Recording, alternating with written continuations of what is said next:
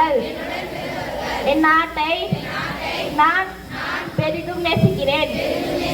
என் நாட்டின் பெருமைக்காகவும் பன்முக மரபு சிறப்புக்காகவும் நான் பெருமிதம் அடைகிறேன். 9வது சுதந்திர தின விழாவை சிறப்பிக்க வருகை தந்த ஒன்றிய சேர்மன் செல்வி சங்கீத அரசி அவர்களையும் முன்னாள் சேர்மன் திரு ஜெயராஜ் கொண்டிருக்கிற அனைவரையும் இத்தருணத்தில் வணங்கி மகிழ்ந்து உங்களுக்கு சுதந்திர தின நல்வாழ்த்துக்களையும் பகிர்ந்து கொள்கிறேன்.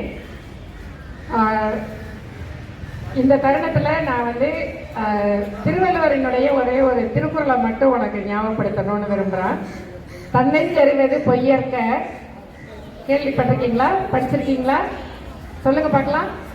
தன்னெஞ்சறிவது செலவற்ற தன்னெஞ்சே தன்னை சுடும். அதை தான் இப்போ இந்த சுதந்திர தின விழாவினுடைய ஒரு உறுதிமொழியாக நம்ம எடுத்துட்டு அந்த திருக்குறளின் படி நம்ம நடக்க முயற்சிக்க போகிறோம். சரியா? அறிவது பொய்யற்க பொய்த்த பின் தன்னெஞ்சே தன்னை சுடும். அப்படின்னா நம்மளுக்கு அது பொய்ன்னு தெரியுது.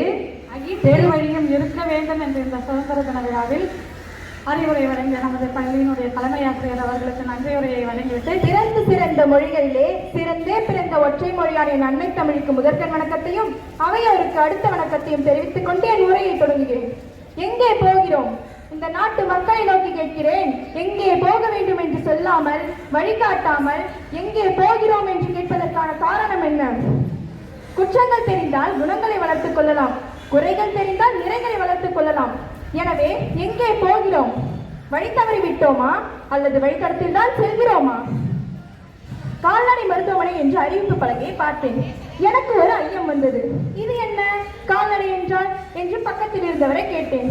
அவர் கால்நடை என்று திரும்பி சொன்னார். நான் திரும்ப திரும்ப கேட்க அவர் காலால் நடக்கும் ஆடு மாடு என்றார்.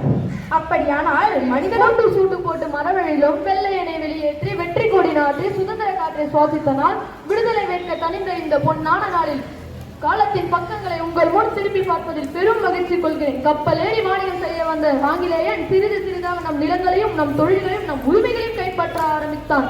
ஆங்கிலேயன் தன் சூழ்ச்சி தந்திரத்தினால் சுந்தரமாக கட்டியான நம் இந்திய மன்னர்கள் தம் சொந்த மண்ணிற்கு கப்பம் கட்டும் நிலைமை ஏற்பட்டது. பரவட்டம் முத்தமிழ் தாய்க்கு என் முதற்கண் வணக்கங்கள். நாம் சுதந்திரம் பெறுவதற்கு முன் ஆங்கிலேய ஆட்சியின் கீழ் அடிமை பெற்றிருந்தோம். அப்போதுதான் காந்தி, நேரு, காமராஜர் மற்றும் கொடிக்காத்த குமரன் போன்றோர் நம் விடுதலைக்காக போராடி கொண்டிருந்தனர். காமராஜர் காந்தியின் மிக சிறப்பான சீடராக இருந்தார். காமராஜரின் அரசியல் குருவான சத்தியமூர்த்தியின் மறைவிற்கு பின் காமராஜர் காந்தியின் வழிபடியை